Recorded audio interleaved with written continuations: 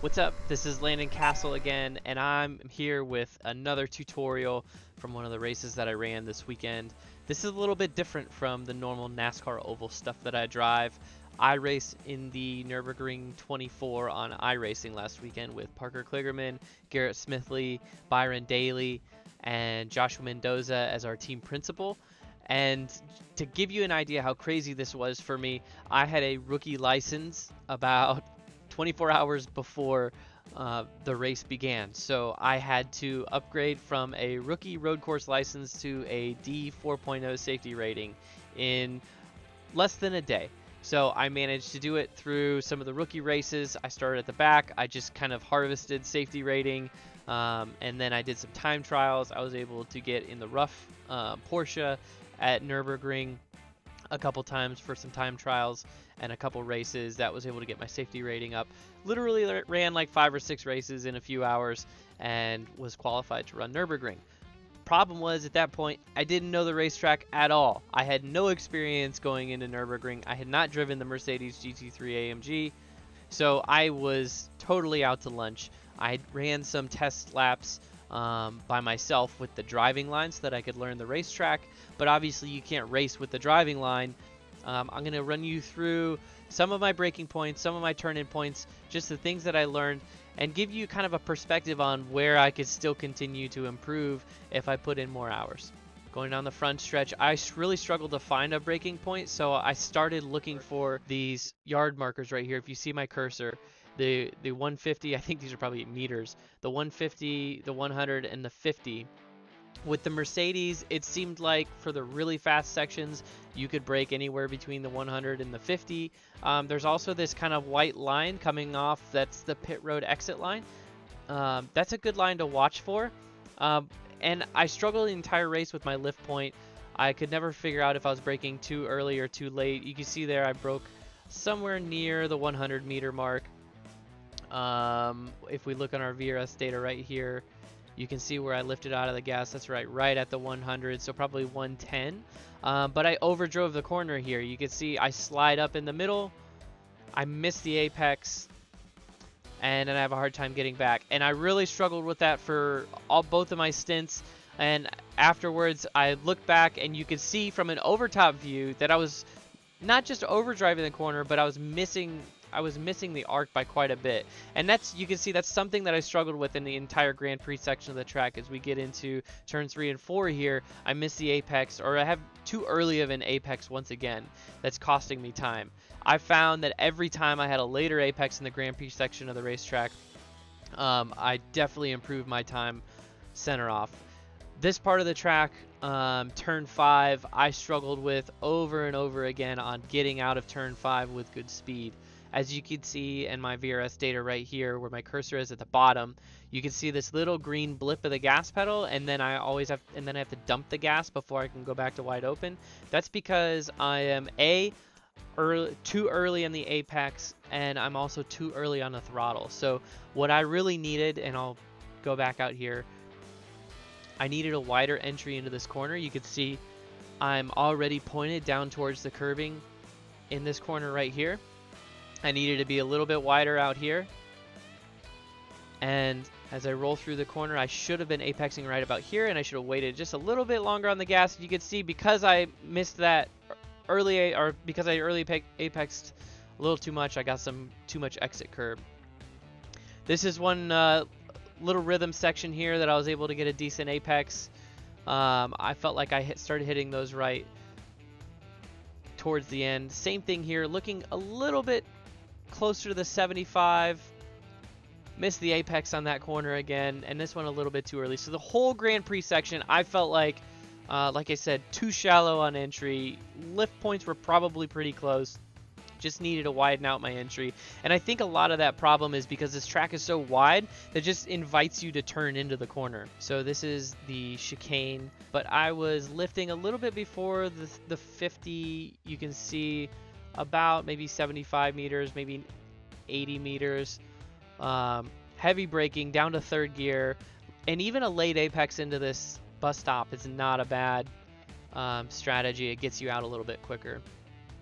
Down to second here, really late because that curb kind of jumps out at you. And I found that if I go past this pit road exit guardrail right here on throttle, but hold the car out on entry. It was worth a lot of speed to have a really late apex and a straight drive off of this corner right here, KM1.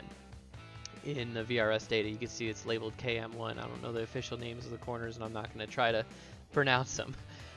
One thing you don't want to do in KM1 is you do not want to grab any curb on that left side. I grabbed just a little bit here, and you can see the hesitation of my throttle down here in the throttle trace. That's no good. It cost me a lot of time. Little bit of brake through this section, but back in the gas pretty hard, carrying a lot of throttle here. This is a really tricky section right here. KM2, you have to kind of point the car into this curbing, and my lift point is back here just before the curbing. One thing I did learn about Nürburgring is I was able to use the starting and the ending of a lot of the entry curbs and the exit curbs as lift points. So when you're making your first few laps around Nürburgring, definitely keep an eye on those entry curbs and the exit curbs on the track, because they can be good signals for lifting. So for me, it was a matter of seeing that curb and knowing that I needed to lift pretty well before it. And then this part right here, down to third, you could probably use second in here. I was kind of lugging in third, very rhythmic. Down to second before I get through the end of KM2 here, up to third. You want to get into this corner pretty hard. I used some brake in the middle of this corner to kind of help the car turn, but you want to carry some roll speed because there's a long straightaway that follows this section of the track here. Very rhythmic, still in third gear. Second could work, but I just left it in third so I can keep that roll speed and just carry as much throttle as I can right here. So I'm in wide open throttle right now, fourth, fifth. At the top of this hill, a little jump on the car. It's kind of fun. Coming up right here. And then a little bit of a lift here. Make sure you lift earlier rather than late. It's better to underdrive this thing than it is to overdrive it. Obviously, a long straightaway to follow, grabbing sixth, so it doesn't hurt you to back up your entry. Sixth gear all the way down, and then same thing into KM4 here. Much earlier lift than you might think. This is not a flat corner. It might be for some people, for some setups, but you can see in the VRS data here that I'm lifting quite a bit. I'm not lifting all the way out, but down to 25%. So we're going to lift early, and then it's a little squirt of wide open throttle. Real late apex here, deep braking. One thing that's really good to note about my braking in this corner is how much peak I had, almost 100% brake pressure, and trailing off pretty quickly. So you have that kind of triangular brake pressure that you see road course drivers, short track racers on ovals. You really want that peak, that initial peak brake pressure, because that's when you have the most downforce on the car. That's when you have the most grip in the car. So you can utilize a lot of stopping power early in your braking zone. That's what helps the really good road course racers get deep into the corner. I didn't really use up all the track on exit here. I don't know if you should or not, but I didn't. Maybe I wasn't carrying enough speed. Wide open all the way through this section. You just got to know your line through it, run it many times. It's definitely flat all day, no matter what your fuel load is. Tricky part here, I felt like I never got through this section the way I needed to. I was definitely looking at this sign as a lift point. As you can see, I'm already lifted at this point, so I'm lifting a little bit before the sign. I think you could maybe even get to the sign before lifting, but you do not want to overdrive this corner. It's really hard to recover if you get into this corner too hard. So it's sixth gear, lifting down to fifth, down to fourth, and then I always struggled with this section. This was a really awkward section for me. I couldn't figure out if I needed to squirt the gas, pick up some more speed to the next section, but if I did too much, I would always overdrive it into here. So I would kind of roll through here and then grab third, second, and then just try to hug that left curb, stay on that right curb, use my traction control, and harden the throttle out of here. Third, fourth. It's a fun section right here. This is another fast, just lifting and then a squirt of the gas before the braking zone. No real reference here. Like, it's a real, the braking reference into this corner is all feel. I didn't really get much from the track. There's no signs. The curbing doesn't really help you. So this was all feel. I drove this very different several times, I would say. I also, in the race, I only went to third gear and I held third through here, but I found it was much faster to go to second because this is uphill and then grab third. Definitely using the signs right here on the track, lifting a little bit past the sign, and you can apex right there. You just don't want to be to the gas too early like I did right there. Don't carry too much roll speed through the middle of that corner because you don't want to use any exit curve on that one. Same theory. I held 4 through here, and I was looking for this second set of curving in KM7. I felt like that second set of curving was my sign that I could go to a wide open throttle and drive it out of this little rhythmic right-hander. Entry to here, there's not a lot of reference points. So what I did was I kind of looked for this curbing, and I looked for this Yokohama sign, and I knew that I needed a lift before it. So I knew it was like, okay, a couple car lengths before it. As you can see, I've already lifted at this point. I would say a faster lap, I could get in a little bit deeper, maybe closer to this, but using a lot of brake pressure. You just got to be careful because it's downhill, and you could get some wheel hop. Down to third, down to second. Didn't get it rotated as good as I needed to, so I needed to stay on that brake pressure through that through KM8 there. I needed to slow the car down more through the middle so that I could keep the car to the left on exit. Third, fourth, carry the throttle all the way to the end of the curbing right there. Watching that entry curb. And this is kind of a rhythm. I used second and third through this corner through KM9. It just depended. Some laps third was faster if I carried the speed. Some laps second was faster. This is another one where I use some signs for the braking points. So you can definitely overdrive this corner, but you do want to get in hard enough to have that peak brake pressure like you see, like I have right here. I think I could probably even have more peak than I did at the bottom of my VRS data right here. I'm looking for this Yokohama sign. So on this lap, I lifted right about at the sign, a little bit before the sign here, probably a car length before the sign. I felt like I could lift at the sign or somewhat before it. Down to third, down to second, I found it was hard to say if it was better or not to go to second. Again, third if you roll good speed.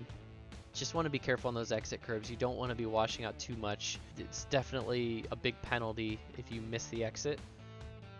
Wide open through here, through fifth. I really couldn't decide what was faster, when to grab sixth. I saw some guys carrying fifth gear for a long time, but I found it was faster for me to grab sixth.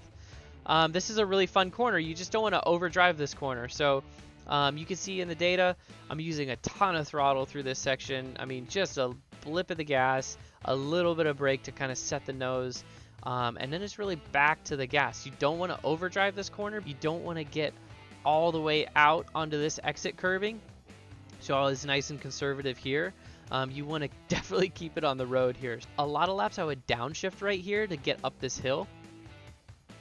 You can see I downshifted right there for that corner. Entry to KM12, same thing. Using this curb as a lift point on entry. So that was my mark right there, knowing that once I got to that curve, I could run into that curb, maybe a car length before I had to lift. And then usually that should have been a pretty big peak brake pressure. Down to second, some people using first through here. I got a little loose in second off the corner. And here's the fun one. What do they call this? The carousel. The carousel, I definitely used the little bump out of this curb as my lift point. So right here where the curb kind of changes directions, where it has this shape to it, you can see on my cursor, that was a good lift point. I held third gear through this straightaway, down to second before I get to the turn, and just don't rush it through here. It's probably a 1.5 to 2 second penalty if you miss the banking and you run off the track, so just don't rush it through the carousel. Enjoy it every time. Flat out up through here, KM13.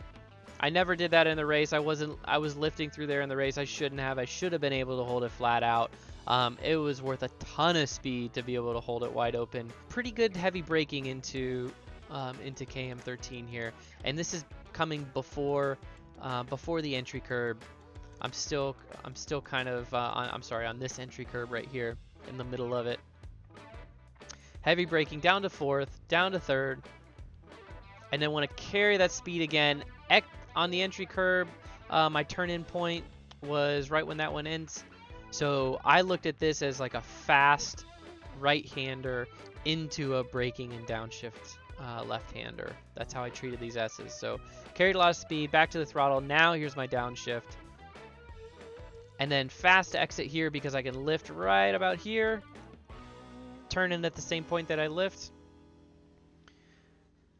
And this is just another rhythm. It's kind of a turn in and lift at the same time rhythm section. Use that entry curve as well for a lift point. Here's another entry curve for a lift point right there. Down to second. And this is Parker's nemesis right here. This is a tough entry too because there's not the best lift point. I use the curb on the left side before it begins. You can see I lifted before that curb begins. We'll go back to it.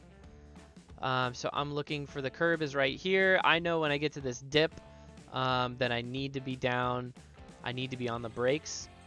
And I'm going to brake all the way through this corner. You can see I'm still kind of, it's not heavy braking, but I'm braking all the way through this corner in my data. You could look at this. And then grabbing second and just holding this curb as long as you can because you don't want any of that curb right there. It'll bite you. It's Parker's nemesis. Tricky section here. I always lift a little bit before the jump. That way you can get back to the gas, carry a lot of speed. This curb is my nemesis. You got to watch out. It jumps out at you. It kind of bit me right there. As you can see in my data, I had to lift. Fifth gear, a lot of speed. Remember, back this section up so you can grab, so you can be in fifth and carry a lot of throttle. Even grab sixth if you got good speed. I look for when it starts getting dark and black in here to lift. And you just got to be careful. This section will sneak up on you. Get down to third. Get it slowed down. And through the next carousel here, grabbing second. Don't rush it. But that one's a little bit easier than the first one. Entry curve is a good marker here. Got to turn in a little bit before it ends. Lifts before it ends. And then I look for this curb coming up right here as my wide open mark. Right there. You can see I get wide open when that curb starts. That's how I know I'm on my mark. And then you got a long straightaway here. Get you a drink. Check your text messages. Check Twitter. Instagram. Go to the bathroom. Sit back down. Get back up, get a drink. All right, sit back down real quick because we're coming up on a section. Wide open through here, and then when it gets dark, that's when you lift. See that black spot? We're going to go back to it here. There's a black spot on the racetrack that comes up really quick. That's a good lift point. 50% throttle here is okay. Now a crisp lift. Downshift. Don't think I arced it in enough through here. I think I should have held it closer to the left, but as you can see with that guardrail there, it's a little dangerous. I'm already pretty close right there. So we'll take that. Third, second. And I really use my traction control here. Mat the throttle. Drive off. You're home clear. You just completed a lap with no incidents at Nürburgring. Thank you.